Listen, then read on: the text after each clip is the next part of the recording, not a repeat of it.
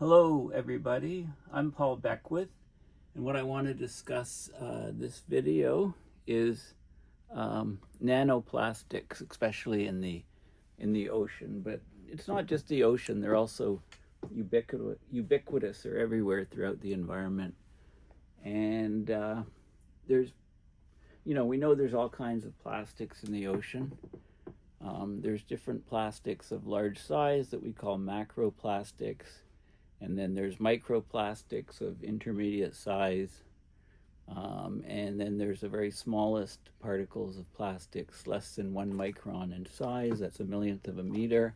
So you can't see them, but they're there in large quantities. A new paper's come out and it's actually measured them in the North Atlantic in great detail.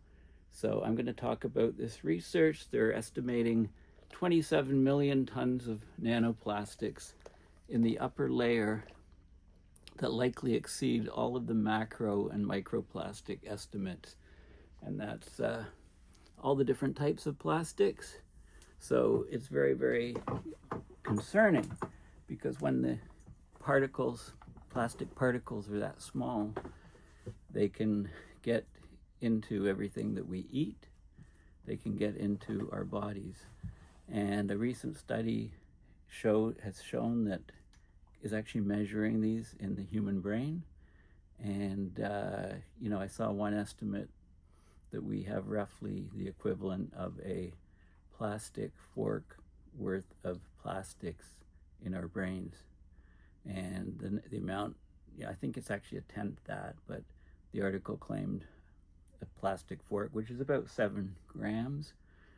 So I think that might be an overestimate. Maybe it's a tenth of a plastic fork. But anyway, it's right in the human brain, of every brain that they've looked at. So the problem with these very small plastics is we don't know a lot about them, because they can actually go through cell walls. So they can actually enter, they're small enough to go into the actual cells of life, including, all different organs. I'm focusing on the human brain because the study was on that, but they can get into the brain. So nanoplastics are a big problem, and we need to figure out ways to reduce plastic use. Anyway, let's get to the study. So the study, like I say, is in the North Atlantic, and I'll show you the paper and the details. Okay, so this is the paper. So let's discuss this first and then discuss the broader implications.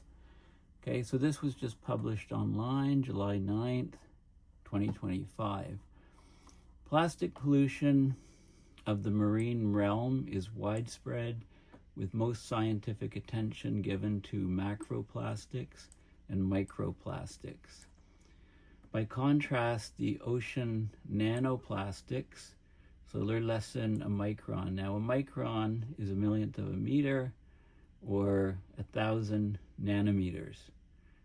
Okay, so if you go to 0.9 micron, that's 900 nanometers, so they're called nanoplastics if they're below a micron.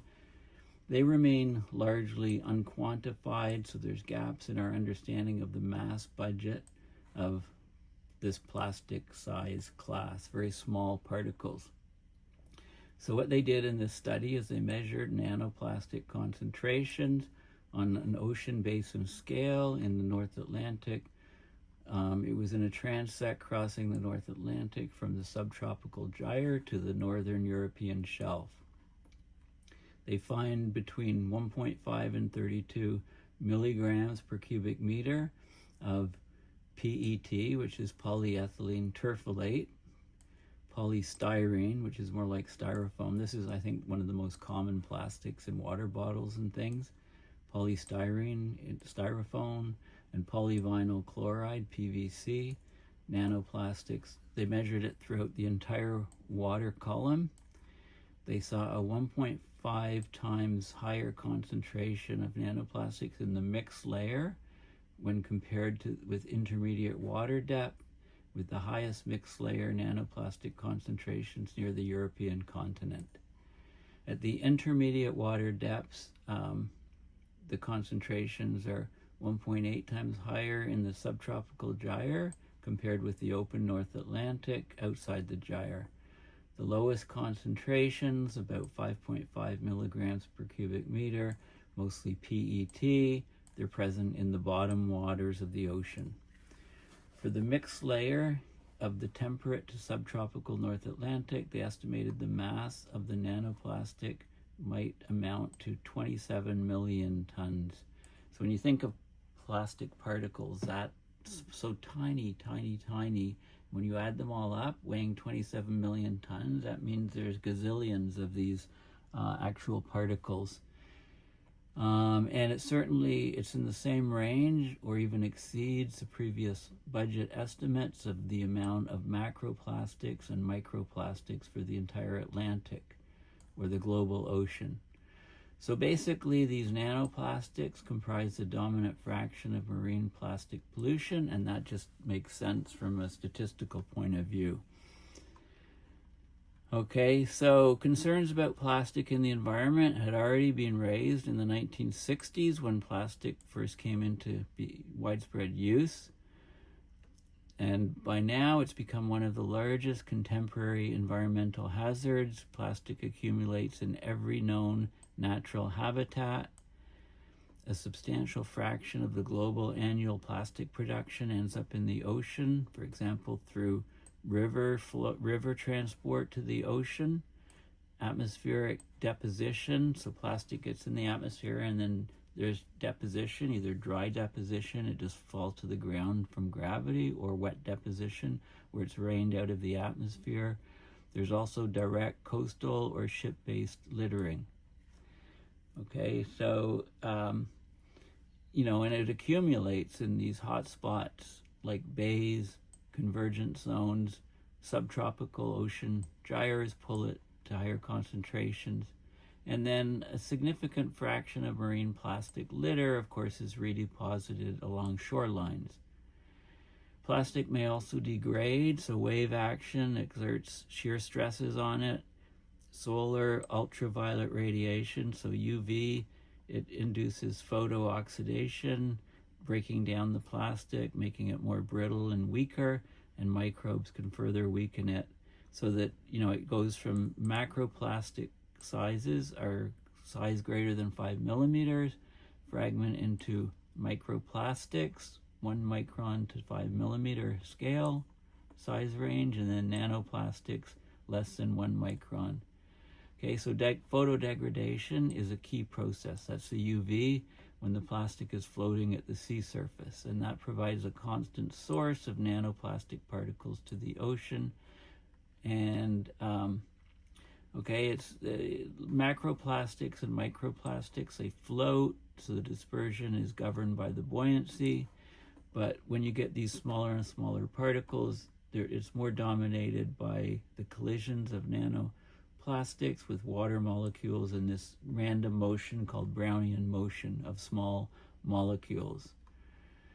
Okay, so they did a research cruise with the research vessel Pelagia in 2020 and sampled the water column from the sea surface to the bottom across the North Atlantic. And then they used something called thermal desorption proton transfer reaction mass spectrometry to measure the concentrations of the nanoplastics. So this is where the transects were. So they covered, this is the North Atlantic subtropical gyre, this area here. So the water's spinning around this way in the gyre. It tends to concentrate things at the surface, and they did the measurements here. They did measurements down to deeper than 200 meters here, down to the bottom, and then they did measurements here. These are this is England and Europe, France, and they did the channel, for example, where the water's less than 200 meters deep. Okay, so they found these nanoplastics everywhere. There's a ubiquitous presence of nanoplastics. The mixed layer of the ocean was sampled at 10 meters water depth. That's the surface water. and they measured concentrations there, and then deeper down, intermediate waters and deep waters, water depth down to 1,000 meters plus, and they found plastics everywhere. So let's have a look at the results. Okay, so this is the PVC plastic, PET, and polystyrene. So these are the different station by number, and this is the concentrations in milligrams per cubic meter, mixed layer depth 10 meters. This is in the gyre, so they measured concentrations. Outside the gyre, the stations, as they approached the coastline, so numbers are going up, so it got bigger, and then right at the coastline, the numbers were actually quite high. It has a breakdown of the 3 different types of plastic. This is repeated for the intermediate layer, depth of 1,000 meters. Okay, so the concentrations basically were lower in general, not here at this station, but they were generally lower in tapering at depth. And then this is the bottom layer, 30 meters above the seafloor. You could see mostly PET and not much of the other 2 plastics. And the cumulative total of all the nanoplastic, all different types in the mixed layer, in gyre, outside gyre, and coastal higher, closer to the point sources of plastic. And then this is the intermediate layer, and this is the bottom layer. So as you go into the deeper and deeper water, there's fewer of the nanoplastics. These are the nanoplastic depth averages of the 3 different types of plastics, 10 meters, mixed layer, intermediate layers, and bottom water. Interestingly, only the PET gets to the bottom water. Where do the others go? I guess they're ingested by fish, etc. Total nanoplastics per depth, open ocean, so it declines as you go deeper. It's greatest at the surface, and because it floats, right, and until it's degraded to the nanoplastics, and then it distributes throughout the water column. So this is the coastline here. This is outside the gyre and inside the gyre, and you can see these are the concentrations of plastic. I guess they're in milligrams per cubic meter in the different regions. Here we have the gyre here, so you can see, near the coast it's high, dropping off away from the coast. Here's the gyre, and as you go deeper, it's here, so there's more mixing with depth under the gyre. And then these are the levels, low levels at the ocean floor, so you get these plastics sinking slowly. PET, I guess, is denser and sinks more than the other 2. Okay, so that's the key data. And this is how it says, owing to the ability of nanoplastic to traverse biological barriers, and I get into bodies, get into cells, it can translocate, bioaccumulate, and interact chemically at rapid rates. Nanoplastics may represent the most problematic plastic size fraction for ocean life. Most studies assessing the impacts on toxicity of nanoplastics, they use baseline concentrations that are unsupported by observations. Mechanisms that contribute to the creation of secondary nanoplastics from parent ocean macroplastics and microplastics have been shown. Only 3 studies were able to detect these compounds in the ocean water column. So this is the first quantitative evidence of the ubiquitous presence of PET, PVC, and polystyrene nanoplastics from the mixed layer at the surface to the deep sea bottom waters across the temperate to subtropical North Atlantic. Okay, so this is just one area, but they're all over the place. Clearly, nanoplastics are the largest fraction of the marine plastic mass budget. Okay, so very important study that brings to light exactly what's happening with plastics in the ocean. Very, very important study. And I asked a few more questions. Tell me about nanoplastics in the ocean. So again, nanoplastics are plastic particles. They're smaller than 1 micrometer, which is 1,000th the width of a human hair. Well, a micrometer is a thousandth of it's 1/millionth of a meter, or 1,000. It's sorry. Well, a micron, yeah, is a millionth of a meter. Okay, they become alarmingly abundant in the world's oceans. They're the largest, but they're mostly invisible fraction of plastic pollution in marine environments. Concentrations and effects only beginning to be understood. They're created by the breakdown of larger plastic debris, like water bottles, food packaging, clothing fibers, right? When you wash your clothes, fibers come off it, and fishing gear.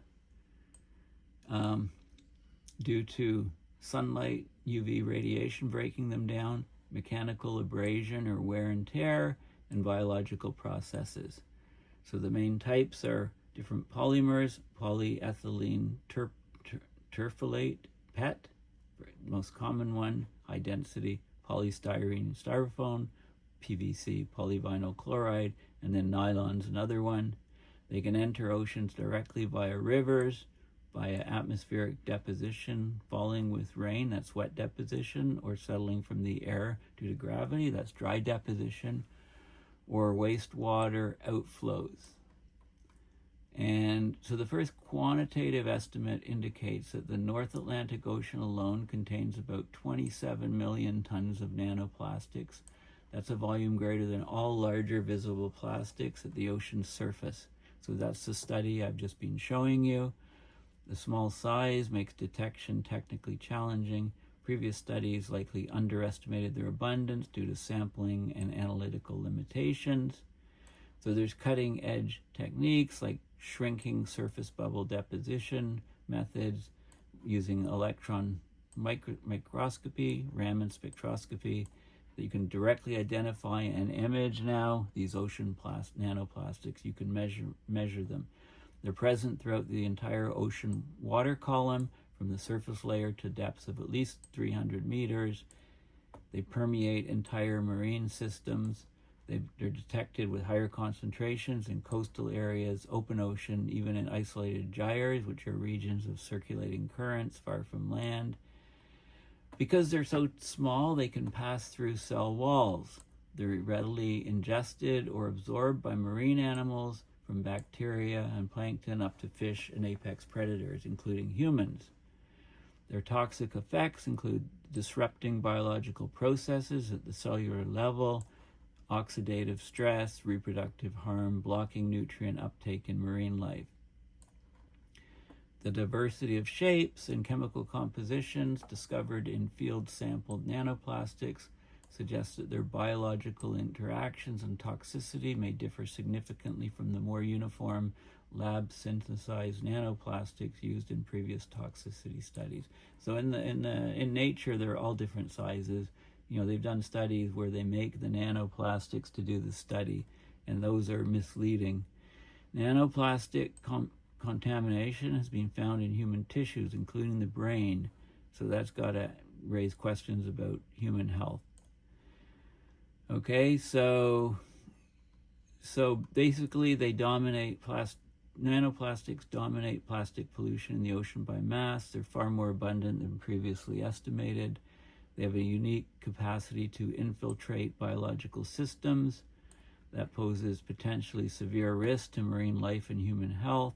And only recently have scientists achieved the technology to adequately detect, identify, and quantify nanoplastics in the marine environment. Effective response will require systemic changes to global plastic use, production, and waste management. Okay, so I did a further query about nanoplastics in the human brain, and this is very concerning. So nanoplastics have been conclusively detected in the human brain, where they present in surprisingly high and increasing concentrations. Recent studies highlight that these particles, primarily composed of polyethylene, PET, they can accumulate in the brain, may be associated with potential health risks. So nanoplastics have been found in all human brain samples. concentrations are significantly higher in the brain than in the liver and kidney tissue. No surprise, because we're probably ingesting things either by eating or by breathing air, and those are both, of course, up in our head. The plastics have to travel much further to go to things like the liver and kidney to do filtering. In recent autopsy studies, median concentrations in the brain were around 4,800 to 4,900 micrograms per gram of tissue in 2024. That study was done in 2016, and the levels were 3,300 micrograms per gram. So that's a 50% increase over 8 years of nanoplastics in the brain. So a single human brain can contain up to the mass of a plastic spoon, roughly 7 grams of micro and nanoplastics. Okay, so all of that includes microplastics, because this is about, this is okay. So they've summed it up. I'd have to check the references there to see, if this factoid.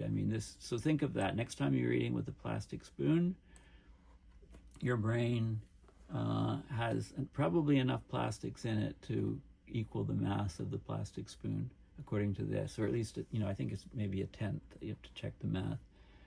Most of the nanoplastics in the brain are polyethylene fragments, about 74% of the plastics.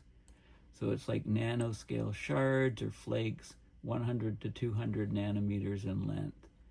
Advanced imaging confirmed their presence deep within the brain tissue. Concentrations did not appear to vary based on age, sex, or race, ethnicity. So experimental animal studies show nanoplastics. They can cross both the gastrointestinal barrier in the stomach and the blood-brain barrier, with particles as small as 300 nanometer entering brain tissue within hours of ingestion. It doesn't take long for them to get in your brain. Both oral ingestion via contaminated food and water and inhalation with particles entering the brain, possibly through the olfactory bulb, as plausible pathways. The brains of individuals diagnosed with dementia have notably higher levels of micro and nanoplastics, with frequent deposition along blood vessel walls and in immunity cells. Okay, so the animal studies show that nanoplastics may impair cognitive function, alter neurotransmitter level signals between brain cells, induce neurotoxicity. But there's a lot more work needs to be done. They use pyrolysis, gas chromatography, mass spectrometry, electron Raman microscopies. These techniques have only recently become sufficiently sensitive to allow these measurements, which is why they're being done and why this study is happening. So in summary, human brains are now documented to contain significant and rising concentrations of nanoplastics, predominantly polyethylene, with unknown but potentially concerning effects on neurological health. It's a rapidly evolving research area now that we have the equipment to measure it, and I'm sure there'll be lots to come in the future about it. Okay, so basically there's lots of these nanoplastics in the Atlantic Ocean. They seem to be everywhere, at the surface, in the intermediate water, in the deeper water. Higher, as you go down to deeper and deeper water, the concentrations drop. And as you get towards the coastline where there's river flow in, etc., the concentrations get much higher for these plastics. So this is a very, very important study, and why we don't go to plant-based plastics. See, the other thing that's not really mentioned here is the longevity of plastics, right? They can stay in the ocean for well over a century, just breaking down into smaller and smaller particles. Why on earth we don't use plant-based plastics that degrade in just a few years in the environment? Don't ask me why we don't do that. These are economic reasons that don't factor in the environmental effects. So this is a very, very important study. Thank you for listening. Please go to my website, paulbeckwith.net, and donate to PayPal to support my research and videos. Thanks again, and bye for now.